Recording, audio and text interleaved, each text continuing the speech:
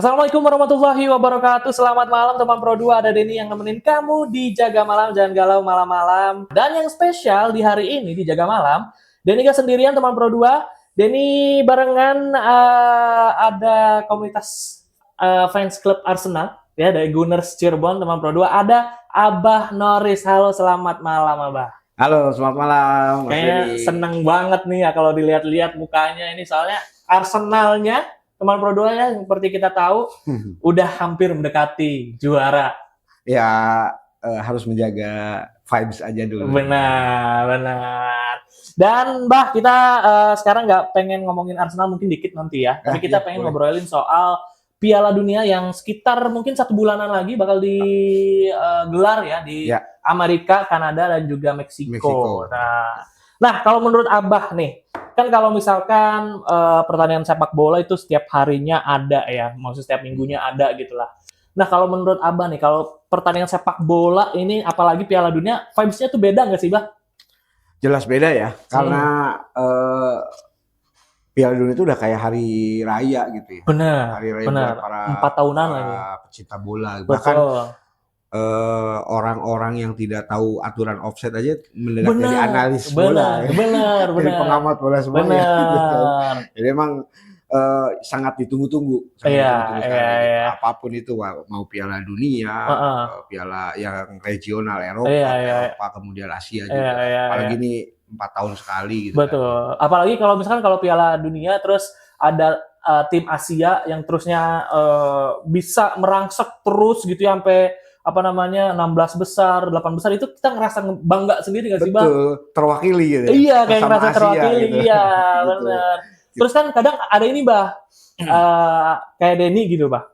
Kalau misalkan lagi turnamen timnas gitu ya, Euro, Piala Dunia, atau mungkin Piala Asia. Kalau Piala Asia mungkin masih oke lah, kita masih punya Indonesia yang masuk ke Piala Asia tahun depan kayaknya. Tapi kalau misalkan Euro gitu loh, Bah. Kadang tuh kita misalkan Euro di musim kemarin kita pilih Spanyol, terus kita di Euro tahun ini kayaknya Inggris bagus nih. Jadi kadang gitu loh, Bah, kayak main slok gitu loh, Bah. Abah ada nggak jagoan satu timnas? Kalau saya gacoan Jerman.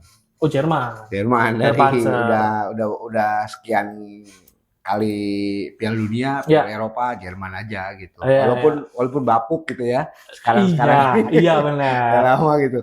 Tapi ya masih seneng aja sama tim Jerman. Cuma kalau gitu. Oke. Nah, kalau misalkan, Bah, ini nggak sih tergantung ada pemain dari klub kesayangan kita nggak di timnasnya gitu? Kalau itu ngikutin. Jadi waktu Jerman bagus kan, waktu itu ada Ozil, ada Mertesacker, ada siapa, Podolski, gitu. Itu ngikutin. Tapi saya jatuh cinta ke Jerman itu gara-gara angkatannya Jurgen Klinsmann, terus Lothar Matthäus, 90-an itu. Jerman Barat lah dulu sih, Jerman Barat. Kemudian sekarang jadi Jerman. Itu saya suka di situ gitu. Mulai jatuh cinta ke Jerman tuh. Betul. Jurgen Klinsmann. Piala Dunia 90-94-an. Iya. Dan Mbah, kalau misalkan kan banyak tuh momen-momen di Piala Dunia yang kayak mungkin tangan Tuhannya Maradona, terus tandukannya Zidane, terus apalagi ya. Oh, ini yang tembakannya Lampard yang itu di Piala Dunia bukan sih? Yang dia nge-shoot dari hampir tengah, pokoknya jauh lah. Setengah lapang. Iya, hampir setengah lapang, terus mantul sebenarnya masuk, cuma kan dia bolanya keluar lagi. Nah, itu kan. Ada nggak momen yang nggak terlupakan bagi seorang Abah Norris di Piala Dunia? Jelas sih, momen yang tidak terlupakan itu ketika semifinal 98. Semifinal 98. Itu Belanda lawan Argentina. Ya, di situ ada pemain Arsenal tuh. Yang sangat ikonik dengan stopper bola di atas, Dennis Bergkamp. Nah, itu ikonik, bahkan di Emirates pun sekarang dibuatin patungnya dengan gaya seperti itu. Dia stop ball sambil di atas. Kemudian pivot balik badan, shoot langsung masuk. Itu yang kemudian saya Jatuh cinta ke Arsenal. Cikal bakal saya suka Arsenal tuh. Oh, ini pemain dari mana? Ternyata awalnya di Inter Milan gitu kan. Oke. Di Inter Milan, kebetulan di Inter Milan ada Jurgen Klinsmann. Iya. Oh, ternyata udah di Arsenal sekarang. 98 tuh. 99 barulah ngefans sama Henry. Iya. Disitulah titik balik saya suka Arsenal. Suka Arsenal dari Dennis Bergkamp itu ya. Betul, Dennis Bergkamp. Nah, Denny punya cerita nih soal Dennis Bergkamp. Jadi ceritanya dulu itu temen Denny, dia tuh kan dulu sering ngumpulin kartu-kartu gitu loh, betul. Kartu-kartu gitu kan. Terus adalah temen tuh yang sering beli, dia tuh terus ada temen Denny juga pengen nih pengen dong nitip kartunya Beckham, kartu Beckham, David Beckham. Terus udah tuh yang dititipinnya udah nyampe kan, maksudnya udah beli gitu kan. Nih, loh kok Beckham? Kan sama aja katanya. Beda dikit doang gitu kan, itu kadang orang tuh mungkin sih salah dengar mungkin gitu ya, Beckham itu sih. Ya itu persis di waktu zaman kuliah saya main ke temen yang kuliah di Bandung, dia punya poster di di kamarnya. Itu ada poster David Beckham. Tapi tulisannya David Bergkamp. Asli itu sampai saat ini temen saya itu kalau ketemu ya jadi buliannya gitu. Dia beli di mana, Bang? Nggak tahu tuh, kayak balubur ya. Oh, bukannya David Beckham, tulisannya David Bergkamp. Ya ampun. Dua orang yang berbeda teman berdua ya. Nah, oke, Bah, kita balik lagi ke Piala Dunia, Bah. Nah, Piala Dunia kali ini kan bisa dibilang jadi spesial lah karena ada berbagai perubahan dari mulai jumlah peserta yang nambah, terus sekarang digelar di salah satu di 3 negara sekaligus ya. Dan bahkan ya kita tahu kemarin dinamikanya di di sanalah kan menambah bumbu lah. Ini menurut Abah gimana nih di Piala Dunia kali ini? Yang jelas sih menarik ya karena formatnya sekarang berbeda. Iya. Lebih banyak pertandingan gitu kan. Iya. Kalau kita sebagai penonton gitu ya setiap hari ada entertainment gitu kan. Benar. Kebetulan waktunya juga kan sangat bersahabat nih. Benar, pagi di kita pagi gitu. Pagi gitu. Kalau yang biasa dengan NBA mah kan pasti hafal. Iya. Pasti pagi sudah jam 6, jam 7 gitu kan. Sangat bersahabat. Yang tidak bersahabat buat teman-teman yang kerja aja nanti. Ya benar itu. Nah, dengan banyaknya pertandingan, format yang peserta lebih banyak, justru sekarang tuh bukan materi atau statistik yang bagus yang di timnya, tapi justru endurance-nya sekarang. Ketahanan sebuah tim dalam sebuah turnamen gitu kan. Kalau misalkan katakan Inggris di kualifikasi jago gitu kan, bagus. Norwegia sekalipun. Ketika dikumpulkan di satu turnamen yang padat hanya 2 atau 3 hari jeda, ya kita nggak tahu apakah daya tahan mereka, endurance-nya, kemudian mentalnya juga masih bisa dijaga. Iya, menariknya di situ. Plus ada satu perwakilan yang baru Piala Dunia ini mewakili secara langsung itu Oceania. Oh ya. Oceania kan sebelumnya kan selalu di play-offin tuh. Pemenang Oceania di play-offin ke AFC atau ke CONMEBOL yang di Amerika gitu kan. Sekarang kan langsung tuh Curacao, New Zealand gitu kan. Langsung dia dapat slot sendiri. Itu lebih menarik sih sebenarnya, menarik gitu. Karena Curacao juga kan banyak bibit-bibit pemain Eropa itu, salah satunya Patrick Kluivert itu kan Curacao juga. Banyak gitu sebenarnya. Tapi setelah ditinggal Patrick Kluivert jadi masuk Piala Dunia ya Pak ya. Iya itu. Oke, Bang, kalau mau ngomongin soal endurance, Bah, siapa tim yang kira-kira nantinya bakal punya endurance lebih untuk akhirnya bisa melaju sampai mungkin partai final? Kalau final ideal sih mungkin ya. Kalau final ideal menurut saya sih lihat dari materi pemain sama perjalanan waktu kualifikasi jelas Prancis dan Portugal kalau menurut saya di final. Final ideal menurut saya ya. Tapi sangat menarik menunggu kalau misalkan Prancis ketemu dengan Argentina gitu Nah, kan. Ini kan kayak ada unfinished business gitu kan. Karena benar. gol yang yang dihadang sama Martinez itu Iya, Martinez ya, itu gol paling mahal penyelamatan paling mahal gitu. Itu penyelamatan trofi. Betul. Iya. Sama seperti yang dilakukan David Raya kemarin malam sama West Ham. Oh iya. Itu menyelamatkan itu. Yang ini nggak sih buku yang akhirnya dianulir? Bukan. Oh bukan. Yang Oh iya tahu. Posenya juga hampir mirip sama Martinez. Oh iya. Bedanya kanan sama kiri. Oh iya. Nah itu kalau dari final ideal antara itulah. Kalau misalkan ngelihat dari materi pemainnya sih gitu. Oke, berarti siapa nih bakal tetap Mbappe kah atau mungkin ada sosok baru di Prancis, Bah, menurut Abah? Kemungkinan sih Mbappe masih bisa ngelid teman-temannya, tapi di situ ada Olise iya. Naik di Bayern Munchen kan. Yang selama di Crystal Palace semua orang tidak pernah mengetahuinya. Olise siapa kita nggak tahu, tiba-tiba di Munchen bagus. Yang paling nyesel itu Arsenal gitu kan. Oh emang mau sempat datengin waktu harusnya paketnya sama Eberechi Eze itu. Oh. Dia keluar duluan baru masuk Eze-nya gitu. Oke. Nah, mungkin kalau Prancis tuh kelemahan Prancis itu satu aja sih menurut saya sih. Kipernya aja. Mainan mainan sekarang ya. Dari Milan kalau nggak salah. Kiper gempal. Iya. Bukan udah nggak zamannya kiper gempal. Kurang taktis ya Bang, maksudnya apa sih kayak refleksnya mungkin ya. Kiper gempal yang bagus itu hanya satu, Angelo Peruzzi. Oh iya. Itali, Juventus. Kayak saya belum lahir gitu. Itu. Sekarang tuh udah kiper ya proporsional bahkan tinggi, Courtois seperti itu ya. Lebih ke proporsional banget gitu sebagai seorang kiper gitu kan. Itu terlalu gempal gitu. Iya. Oke, Bah. Nah, kalau dari Portugalnya, Bah, kenapa akhirnya Abah memprediksikan ini final yang ideal itu Prancis dan Portugal? Kalau Portugal ya sebetulnya sih walaupun bukan negara jagoan saya, tapi saya sedikit berharap Portugal tahun ini bisa ngangkat trofi Piala Dunia.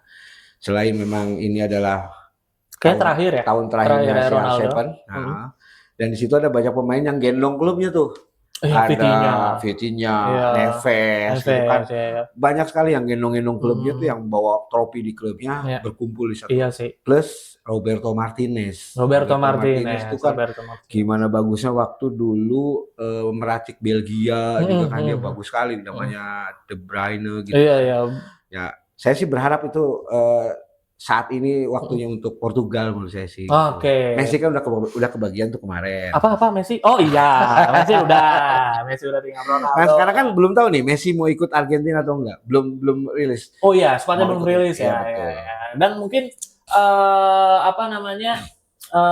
Ronaldo ini ya tadi mungkin kita bakal benar-benar ngeluarin kemampuan dia buat di Piala Dunia terakhir. Sekarang tuh umur 41 ya sih? Kayaknya 41 ya udah. Buset, 41 masih gagal kemungkinan di Liga Arabnya juga gagal juara lagi kayaknya. Iya, kemarin Al Hilal imbang ya. Iya. Gitu. Nah, oke, Bah, kalau tadi kan kita ngomongin udah final ideal ya. Berarti negara-negara yang kita prediksikan bakal mampu menembus final Piala Dunia 2026. Nah, kira-kira nih, Bah, ada nggak salah satu negara yang bisa dibilang underrated atau sebagai kuda hitam? Kalau dulu kan kita ingat banget Maroko, betul. Sampai semifinal. Kalah sama Prancis. Argentina sama Prancis ya? Maroko tuh sama apa ya? Lupa saya. Ya bukan Maroko lah. Iya, Maroko. Nah, kira-kira Maroko yang baru ini siapa, Bang? Kalau tahun ini kayaknya kalau boleh saya ada dua nih. Satu Norwegia. Norwegia itu ada Odegaard, Haaland. Iya, Haaland benar ya, Haaland. Sorloth yang di Atletico Madrid. Nah, itu kan gimana ngebantai Italia dua pertemuan dibantai semua gitu kan. Jadi sempurnalah nilainya gitu, hampir sempurna. Nah, itu Norwegia menurut saya sih itu udah hitam sekali. Dan satu lagi Jepang, cahaya Asia. Perwakilan Asia sama berdua, kita harus dukung Jepang.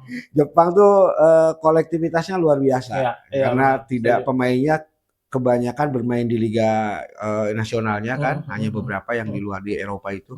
Dan kemarin juga kan waktu di kualifikasi kan sempurna kan? Iya, sempurna. Menang semua ya? Iya, sama kita aja tuh iya, yang pertama gede, yang kedua kan main-main. Oh iya, Jadi karena tipis, udah pasti. iya. Iya, karena udah pasti lolos iya, gitu kan. Iya. Nah, cuman -1 yang dari Liverpool tuh siapa? Endo ya? Endo cedera kan. Nggak tahu ikut apa enggak itu. Mungkin itulah saya sih mudah-mudahan Jepang bisa ini. Ya semoga ya sebagai perwakilan Asia bisa berbicara banyak lah ya di Piala Dunia 2026 ini.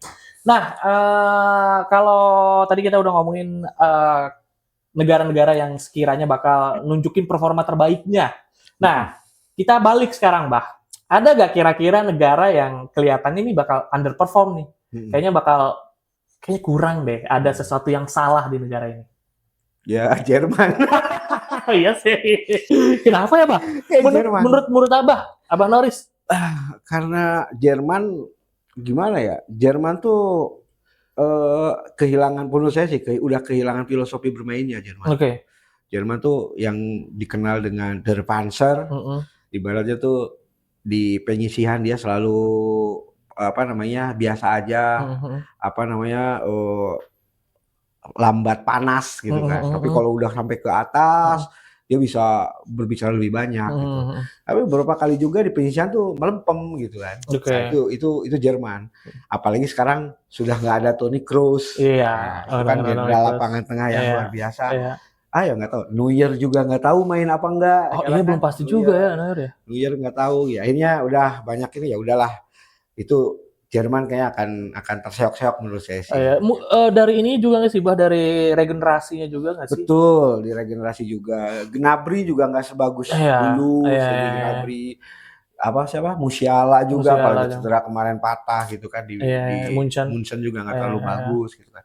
Kayaknya kurang lah gitu. Apalagi belakangnya Jonathan Tah barisan defender juga kurang sekarang tuh, kurang. Kayak memang Jerman lolos grup aja udah syukur ya. Bersyukur kayaknya. Masih Joachim Löw nggak sih? Ya, Bah, masih Joachim Löw nggak sih? Masih kan ya? Joachim Löw. Oke. Nah, Bah, kita sedikit bergeser ke Arsenal, Bah. Ini menurut Abah pemain Arsenal siapa yang nantinya kira-kira bakal bersinar di Piala Dunia 2026? Ini sedikit boring mungkin. Kai Havertz mungkin? Tidak. Kai Havertz ya. Kalau di Arsenal ya kemungkinan Declan Rice masih bisa perform lah. Masih perform sama kalau di pemain di Arsenal ya David Raya. Saya mudah-mudahan David Raya jadi kiper nomor 1, bukan Unai Simon kan di Spanyol. Iya, biasanya Unai Simon kan. Ya, nomor 1 Unai Simon. Tapi ngelihat sekarang hat-trick Golden Glove gitu kan, mudah-mudahan sih pelatihnya bisa mikir lah gitu kan. Mudah-mudahan sih itu aja gitu. Cuman satu lagi ada yang ini mungkin ya Odegaard, Bukayo Saka ya kurang lah menurut saya. Paling ya saya berharap kalau pemain Arsenal sih Declan Rice aja sih. Declan Rice ya. Sama Raya gitu dah. Kapten bukan sih di Inggris tuh? Di Inggris kapten dia. Kaptennya Harry Kane. Oh iya, Harry Kane masih ada Harry Kane. Ya. Nah, kalau boleh nebak nih, Bah, siapa yang bakal jadi top scorer dapat Golden Boot di Piala Dunia 2006? Aduh, ini sulit sekali nih. Harry Kane kah? Kalau saya sepakat sama Harry Kane. Lagi gacor, saya lagi gacor banget. Sepakat Harry Kane. Karena tipikal penyerang banget dia tuh. Tipikal penyerang banget. Harry Kane, kalau sebagai alternatifnya kayaknya Haaland juga bisa lah, Haaland. Iya sih. Haaland sih bisa. Kalau goal getter banget gitu. Cuma mungkin Haaland juga butuh support dari teman-temannya. Kalau misalkan teman-temannya juga ada kurang gitu.